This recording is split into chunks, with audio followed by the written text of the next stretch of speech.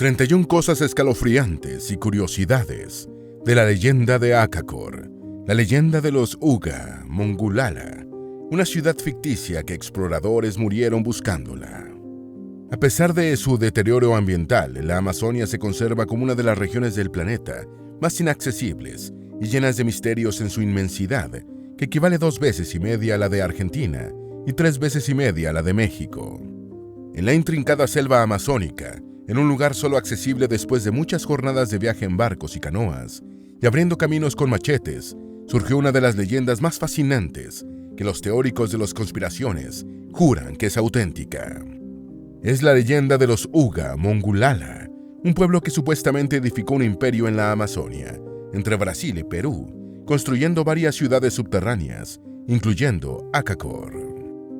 Este relato, que mezcla cosas casi inverosímiles con hechos auténticamente históricos, se dio a conocer en los años 1970 y desde entonces ha fascinado a miles de personas, incluyendo a los turistas y exploradores fanáticos de la búsqueda de lugares desaparecidos y a los aficionados a los mitos y leyendas. Este legendario imperio no solo habría presenciado y sufrido las consecuencias de la conquista de Brasil y el Perú por portugueses y españoles, sino que supuestamente trascendió hasta el siglo XX para pactar con el Tercer Reich de Adolfo Hitler. Prepárate para poner a prueba tu escepticismo o tu credibilidad con este video sobre las 31 cosas más escalofriantes y curiosas sobre Acacor y los Uga Mongulala. Antes de meternos a fondo, no te olvides de suscribirte a nuestro canal y activar las notificaciones para mantenerte al día con nuestras actualizaciones.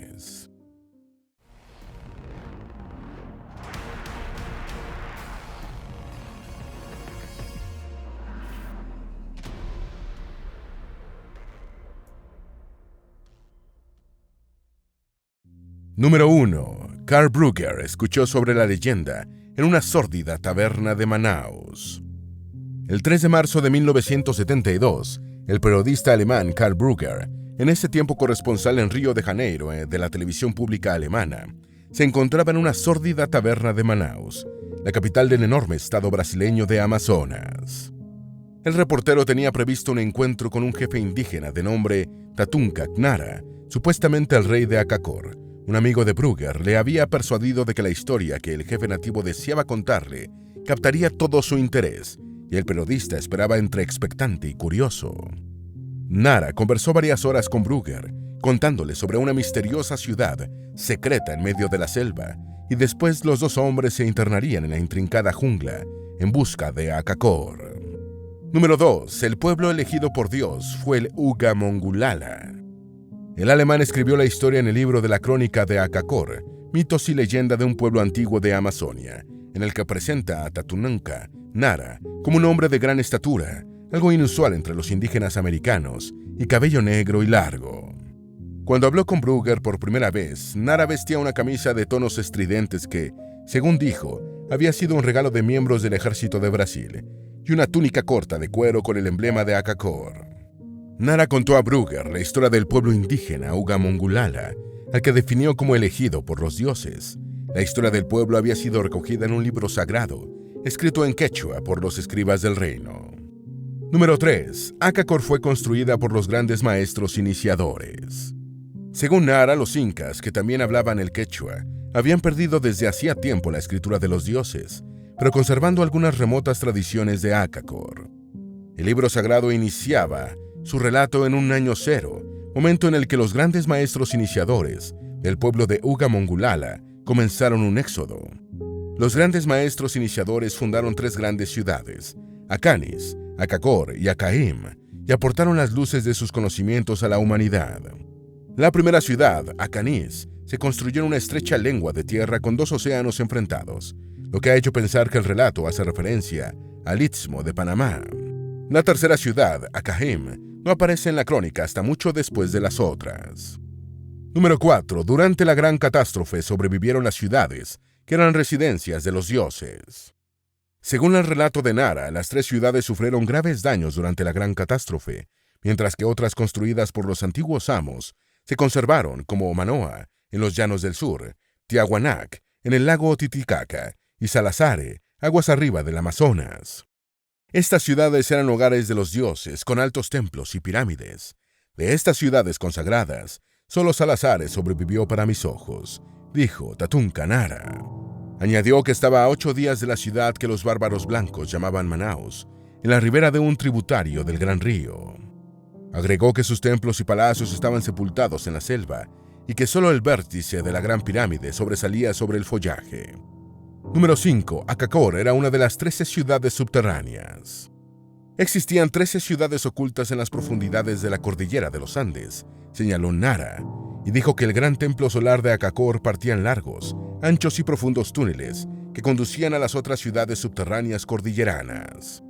Los túneles eran lo bastante anchos para que se pudiera formar una línea frontal de 5 hombres, y tan largos que se necesitaban varias jornadas para ir de una ciudad a otra.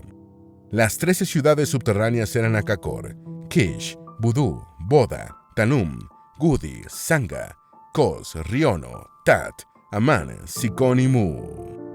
Estaban iluminadas por una claridad artificial y solo Mu, la más pequeña, tenía altas columnas con grandes espejos para utilizar la luz del sol. Número 6. Los habitantes de Akajim se refugiaron debajo de la tierra cuando llegaron los bárbaros blancos. Las ciudades subterráneas se abastecían de agua a través de un complejo sistema de canales, también construidos por los antiguos maestros. Tatunka Nara mencionó que Akajim, una ciudad misteriosa construida por los antiguos amos en la parte norte del imperio, hacia la actual frontera entre Brasil y Venezuela, solo podía llegarse después de cruzar una inmensa catarata.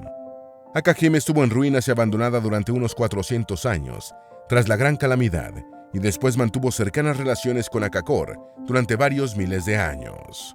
Cuando los bárbaros blancos llegaron a Akajim, sus habitantes se refugiaron debajo de la tierra, donde existía una compleja red de túneles de comunicación con otras ciudades y un sistema de espejos cuidadosamente dispuestos. Número 7. Akajim anunció la llegada de los bárbaros blancos a las costas del Perú. Según la narración de Nara, el túnel iba del Gran Templo del Sol de Akakor, bordeaba el lecho del Gran Río y desembocaba en el centro de Akajim. El sistema de espejos iba por su parte del monte Acay, en la cordillera de los Andes, y se detenía en la montaña Roraima, como lo llamaban los bárbaros blancos. Se trataba de espejos de la altura de un hombre, subidos en grandes soportes de bronce. Con cada luna, los sacerdotes transmitían los más importantes acontecimientos a través del imperio, por medio de una lengua secreta de señales. Esta técnica permitió a la nación hermana de Akajim anunciar la llegada de los bárbaros blancos a las costas del Perú. Número 8. Los incas surgieron del desaparecido imperio de Uga Mongulala. Según Nara, el de los incas fue el único reino del subcontinente que no vivió según las leyes estipuladas por los antiguos maestros. La historia del pueblo inca comenzó cuando Viracocha, hijo de Sacaya, rey del pueblo Uga Mongulala, se rebeló contra su padre y fue expulsado del imperio. Viracocha fundó la dinastía de los Zapa Incas en el Perú y después construyó la ciudad de Cusco. Así, Viracocha construyó una nación que más tarde se convirtió en un imperio potente, hermano del Uga Mongulala. Número 9. Más de 1000 guerreros blancos habrían llegado a Akakor 1000 años antes de Colón. De acuerdo con el relato de Tatunka Nara, en el año 570 de la Era Común, casi un milenio antes de Colón, ocurrió en el reino de Uga Mongulala un acontecimiento trascendental. Un grupo de hombres blancos y barbudos que se hacían llamar godos llegaron a las riberas del Amazonas, procedentes del mar oriental a bordo de buques misteriosos con proas de dragones. Nara afirmó: nuestros sacerdotes registraron el refuerzo de los buques y las cabezas de dragones en el Gran Templo del Sol. Los buques transportaban hasta 70 guerreros. Eran propulsados para un amplio velamen de tejido fino. Más de 1000 guerreros blancos alcanzaron así a Akakor, a bordo de 40 buques. Número 10. Los guerreros germánicos forjaron una alianza con Akakor. La crónica de Akakor señala que, después de perder una gran guerra, una tribu goda europea cruzó el Océano Atlántico y llegó a América. Esta tribu forjó una alianza con los Uga Mongulala, lo que aumentó de manera considerable el poder de Akakor. La ciudad fue reconstruida, ampliada y consolidada. Estos supuestos guerreros germánicos enseñaron a los nativos a trabajar los metales y a fabricar armas y armaduras. Un curioso relato de un antiguo cronista, relacionado con el legendario reino preincaico de Maitití, menciona a un pueblo de indios blancos que construyeron fortificaciones de madera y carreteras pavimentadas. Número 11. Los conquistadores españoles y portugueses obligaron a los Uga Mongulala a confinarse en sus ciudades y a escapar a la selva. Casi 10 siglos más tarde, los bárbaros blancos invadieron el continente americano y realizaron la conquista del Perú y de Brasil, y los Uga Mongulala se confinaron en sus viejas ciudades. Los esfuerzos de Akakor por conservar su reino fracasaron ante el empuje de los nuevos blancos españoles y portugueses, que se apoderaron del imperio de los antiguos maestros. Los indios que intentaban escapar de los invasores se internaron en la jungla y fue un aguerrido clan de mujeres el que hizo frente a los bárbaros blancos, luchando cuerpo a cuerpo contra ellos. De esta forma, Tatunka Nara introdujo en su relato el mito de las Amazonas. Número 12. Según Nara, su padre ascendió al trono en 1920. De acuerdo con Nara, en el año 1920 ascendió al ancestral trono del imperio de Uga Mongulala su padre, el príncipe Sinkaya, y los miembros de su pueblo continuaban comunicándose a través de su red de túneles. Nara, quien vive actualmente en una localidad amazónica brasileña, advierte a los escépticos que algunas tribus que se aislaron en la Amazonia solo fueron descubiertas en el siglo XX. El narrador señala que los túneles subterráneos comunican Cusco, Catamarca, Lima y otras ciudades, con grandes losas de piedra disimulando los accesos hacia el mundo debajo de la tierra. Las paredes internas de los túneles se cubrían con pinturas luminiscentes y cada cierta distancia se insertaba una piedra negra con una especie de cuentakilómetros. Número 13. Nara dijo que su madre fue una misionera alemana que raptó a su padre. La historia de Nara continúa afirmando que en 1932 su padre, el rey Sinkaya, ordenó un ataque contra el pueblo de Santa María en el curso superior del Río Negro. Los guerreros Uga Mongulala mataron a los hombres de Santa María y raptaron a 4 mujeres, de las cuales solo una sobrevivió al duro viaje de retorno. Esta superviviente resultó ser una misionera alemana de nombre Reinha, que terminó encariñándose con la gente de Akakor y casándose con Sinkaya. El príncipe desafió un dictamen del Gran Consejo contra su matrimonio, el cual consumó con la aprobación de los sacerdotes, y de la unión nació Tatunka Nara. Número 14. Akakor pactó con el Tercer Reich. La asombrosa historia de Nara continúa con la participación de Akakor en la Segunda Guerra Mundial, a través de una alianza de Sinkaya con Adolfo Hitler. Con su hijo de 4 años, la madre de Nara retornó a Alemania con un cargo del servicio exterior de Akakor, como embajadora de su reino amazónico entre la Alemania nazi.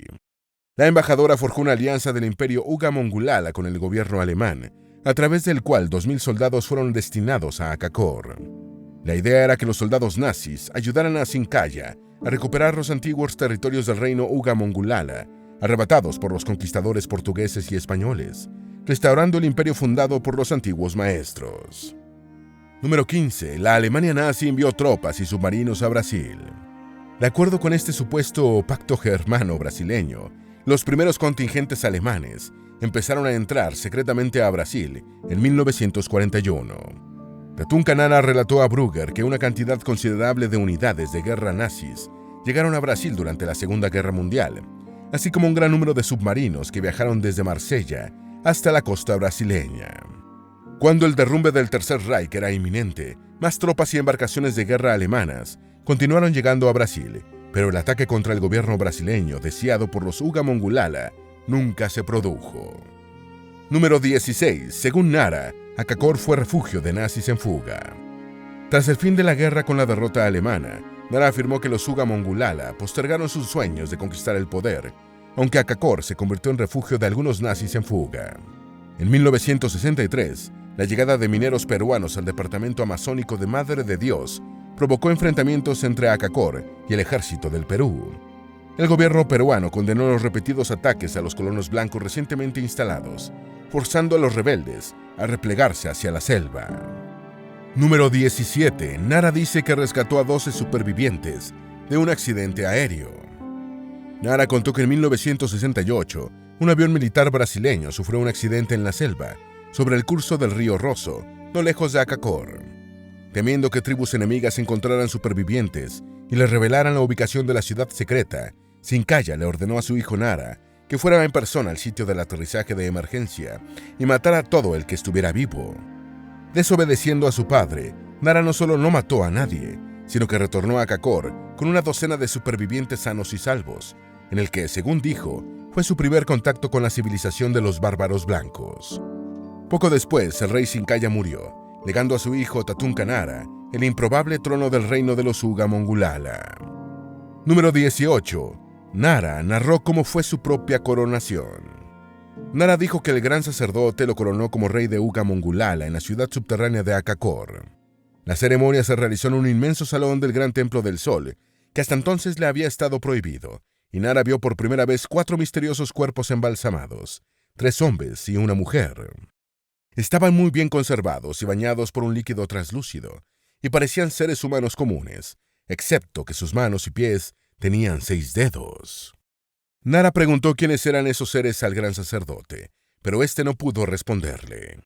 Investido como rey, Nara invitó a sus súbditos a enterrar el hacha en su guerra secular contra los bárbaros blancos y les ordenó poner las últimas partes visibles de Akakor debajo de la tierra para que la ciudad fuera totalmente subterránea e ilocalizable, incluso por los aviones de sus enemigos.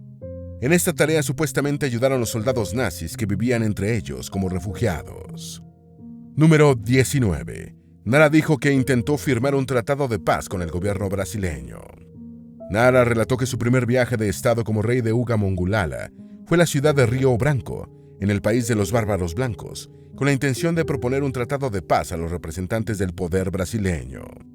En medio de las negociaciones, un obispo católico fue enviado a Akakor, donde robó una parte de la crónica sagrada de los Uga Mongulala. El obispo reapareció después en Río Branco, antes de morir en un accidente aéreo, pero no se supo más nada del fragmento robado de la crónica sagrada de Akakor. Una leyenda afirma que fue enviado a la Santa Sede, en cuyo caso probablemente se encontraría en los archivos secretos del Vaticano. Encontrándose en Río Branco, Nara dijo que fue arrestado y encarcelado, aunque logró fugarse después de ser transferido a un penal de Manaus. Se encontraba en esta ciudad amazónica en 1972, cuando quedó en conversar con el periodista alemán. Número 20. Brugger comprobó que al menos parte del relato de Nara era verídico. Karl Brugger pretendió haber comprobado la autenticidad del relato de Nara, tanto como esto era posible en una historia tan singular. Incluso el periodista dijo que uno de sus amigos, que trabajaba en el servicio secreto de Brasil, le había dicho que él mismo había negociado con el supuesto monarca de Uga Mongulala durante 4 años. El relato del rescate de los pasajeros del avión siniestrado fue comprobado. Efectivamente, Nara ayudó a salvar a una docena de personas, cuyo avión sufrió un accidente en el estado de Acre. Los indígenas Yaminoa y Caxinagua reverencian a Nara como un jefe iluminado, aunque no pertenece a su etnia. Según Brugger, en los archivos del Servicio de Información brasileño, existen documentos sobre estos hechos. Número 21. En 1968, un diario brasileño había informado sobre los supervivientes del avión. Brugger dijo haber preguntado sobre Tatunka Nara por todas partes, de Río de Janeiro a Manaus y desde Río Branco hasta Brasilia. En 1968, un diario de Manaus había informado de una extraña aventura en torno a un jefe tribal blanco que vivía en las profundidades de la selva y que había ayudado a salvar a 12 militares de la aviación brasileña. Como reconocimiento y recompensa, el hombre recibió un documento de identidad brasileño y un permiso de trabajo. También se decía que hablaba varios dialectos indígenas de la cuenca alta del Amazonas, así como algo de portugués y un mal alemán. Número 22. La embajada alemana ignoró la petición de Nara de rescatar a los supuestos soldados nazis que vivían en Akakor. En 1969, estallaron tumultos en la región peruana de Madre de Dios, y la prensa local informó que el líder era un jefe rebelde llamado Tatunka, quien se refugió en la selva brasileña cuando la revuelta fue reprimida. En 1972, Tatunka Nara apareció en Río Branco, donde se relacionó con un obispo católico, Monseñor Grotti, para recoger alimentos destinados a comunidades indígenas de Acre. El obispo murió meses más tarde en un accidente de aviación. Nara también se dirigió a la embajada de Alemania Occidental en Brasil, con relación a los centenares de soldados nazis que, según él, vivían en Akakor, aunque los diplomáticos no tomaron en serio sus afirmaciones. Número 23. Brugger tuvo un segundo encuentro con Nara en Manaus. La Fundación Nacional del Indo de Brasil aceptó realizar una investigación sobre la existencia de Akakor, pero mientras organizaba la expedición, Tatunka Nara fue arrestado de nuevo en Acre y trasladado a Manaus, donde Karl Brugger se encontró nuevamente con él. Sobre esta segunda reunión, Brugger escribió: «Pudimos aclarar algunos detalles poco claros. La mayoría de lo que me dijo resultó más tarde comprobable. Pero muchos otros puntos me continuaron pareciendo completamente caprichosos, como la ciudad subterránea y el desembarque de los 2.000 soldados alemanes en Brasil. Número 24. Brugger y Nara salieron en busca de Akakor. En su segunda reunión, Nara propuso a Brugger llevarlo a Akakor, y el periodista alemán aceptó, partiendo la expedición de Manaos el 25 de septiembre de 1972. Debían remontar varios ríos y caminar por el Piedmonte andino, cerca de la frontera peruano-brasileña, hasta llegar a Akakor, en una expedición de unas 6 semanas. Equipados con 2 revólveres, un rifle Winchester 44-40, una escopeta de cañón corto, cuchillos, arcos y flechas, y varios machetes, el grupo se adentró en la selva en busca del reino consagrado y de la ciudad sepultada. Número 25. Escucharon relatos aterradores en un campamento de garimpeiros. Brugger registró en su libro que las tribus indígenas que iban encontrando en el trayecto nunca habían tenido contacto con gente blanca, lo que puso muy nervioso al fotógrafo e indujo al periodista a preguntarse si realmente Akakor existía y si Nara era de fiar. 10 días después de la salida de Manaos, llegaron a un campamento de buscadores de oro ilegales, o garimpeiros, cerca del río Purús, donde el grupo pasó la noche. Allí escucharon los febriles relatos de los garimpeiros sobre indios de pelo rojo que disparaban flechas envenenadas y que seguramente practicaban el canibalismo. Número 26. Perdieron sus equipos y suministros en medio de una tormenta. Cuando se suponía que estaban cerca de Akakor, flanqueados por las cumbres nevadas andinas y el inmenso tapete verde de la selva amazónica, Tatunka Nara empezó a prepararse para el reencuentro con su pueblo. Se pintó la cara y el cuerpo con rayas de varios colores y se ciñó en la frente una venda amarilla decorada con símbolos de Akakor. Pero el 13 de octubre tuvieron un revés, cuando se desató una tormenta y la canoa que los transportaba volteó, mandando al fondo del río casi todo su equipamiento y suministros. Ante esta calamidad, Brugger y el fotógrafo decidieron dar marcha atrás y retornar a Manaos. Número 27. Nara decidió continuar solo. Tatunka Nara no se amilanó por el accidente y, tomando un cuchillo de caza, un arco y algunas flechas, se internó en la selva virgen.